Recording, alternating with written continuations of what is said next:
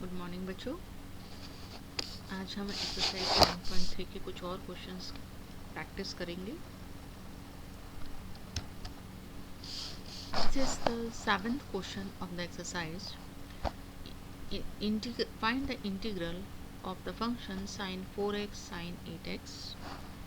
Then next one is 1 is cos x upon 1 plus cos x, and then cos x upon 1 plus cos x. This is the seventh question. Here, since we have the terms of the type sin A sin B, we will use the formula for 2 sin A sin B, that is equal to cos A minus B minus cos A plus B.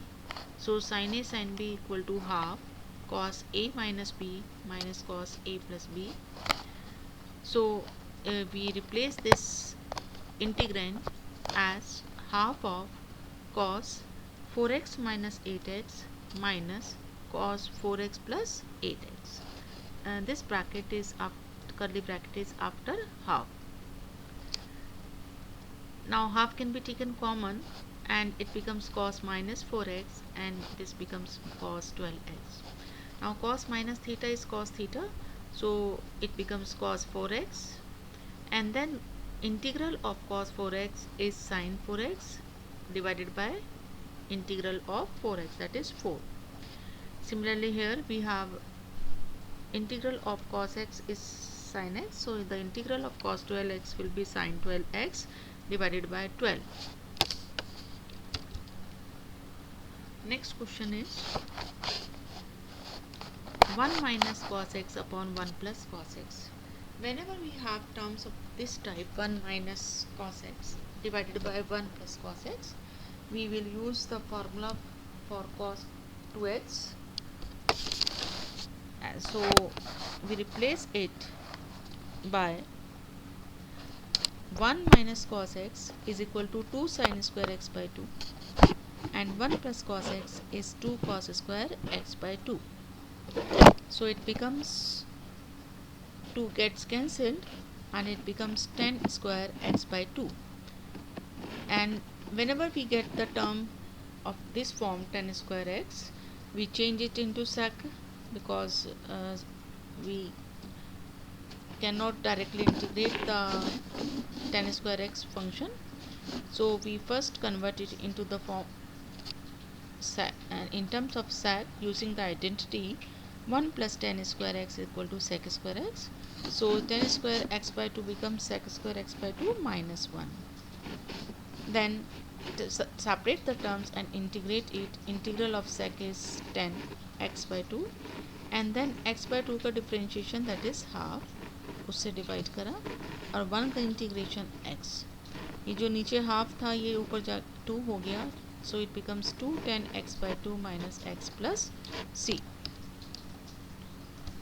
Next question, cos x divided by 1 plus cos x. अब 1 plus cos x किससे replace होगा? 2 cos square x by 2 से. तो क्योंकि denominator में x by 2 आ रहा है तो हमें न्यूमरेटर में भी x बाय 2 लाना है, तो cos x को रिप्लेस करेंगे cos square x by 2 minus sine square x by 2 से. सेम cos 2x वाली आइडेंटिटी का यूज़ करा, तो एक बार हमने ये आइडेंटिटी लगाई, cos 2x होता है cos square x minus sine square x, तो cos x हो गया cos square x by 2 minus sine square x by 2, और एक बार हमने ये वाली आइडेंटिटी लगाई, इसमें 1 प्लस cos x आ जाएगा हमें.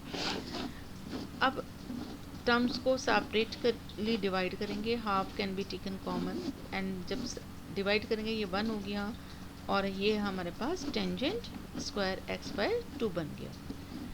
अब दोबारा से 10 स्क्वायर आ गया, सो 10 स्क्वायर फंक्शन को sec square x by 2 minus 1 लिखेंगे, लेकिन ये बाहर भी माइनस है तो इसीलिए ये बन गया minus sec square x by 2 plus 1. ये दोनों सिंप्लीफाई होके 2 minus sec square x by 2 हो गया. अब इसका 2 का इंटीग्रेशन 2x और sec स्क्वायर x बाय 2 का इंटीग्रेशन टेंजेंट x बाय 2 और डिवाइडेड बाय x बाय 2 का डेरिवेटिव दैट इज हाफ. सो 2 ऊपर मल्टीप्लिकेशन में आ जाएगा, और उसके बाद ये 2 कॉमन लेने के बाद इस 2 से कैंसिल हो गया, so you are left with x minus 10x by 2 plus c. Next question, sin 4x.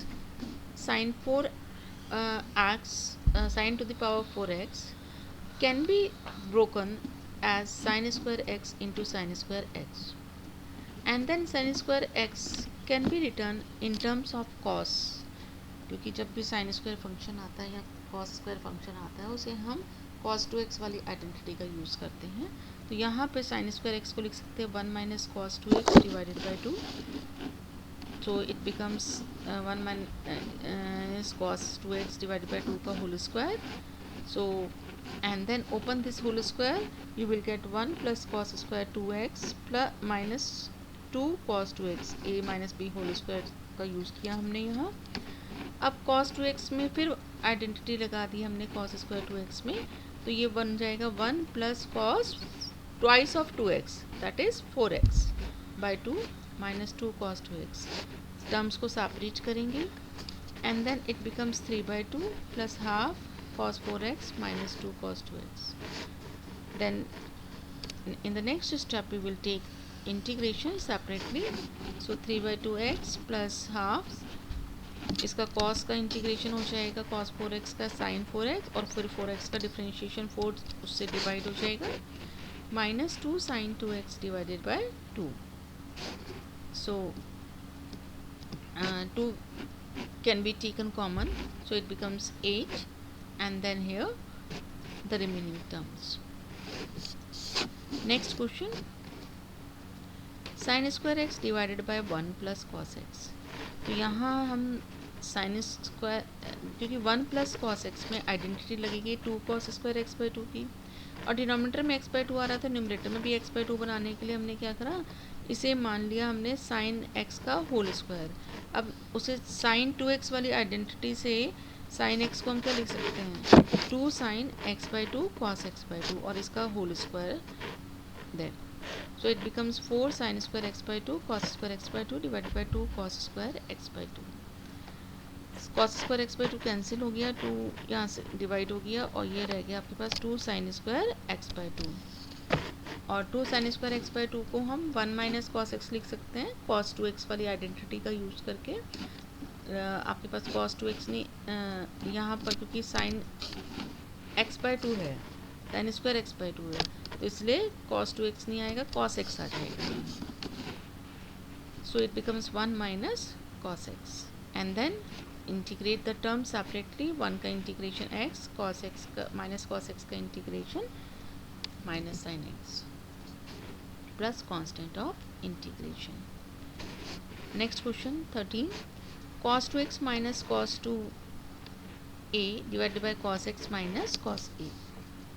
यहाँ पर हम न्यूमरेटर में यूज़ कर रहे हैं cos c minus cos d का formula, that is minus 2 sin c plus d by 2 sin c minus d by 2, और denominator में भी सेम फार्मूला अप्लाई करा हमने। Then minus 2 gets cancelled and you are left with sin x plus a sin x minus a divided by sin x plus a by 2 sin x minus a by 2।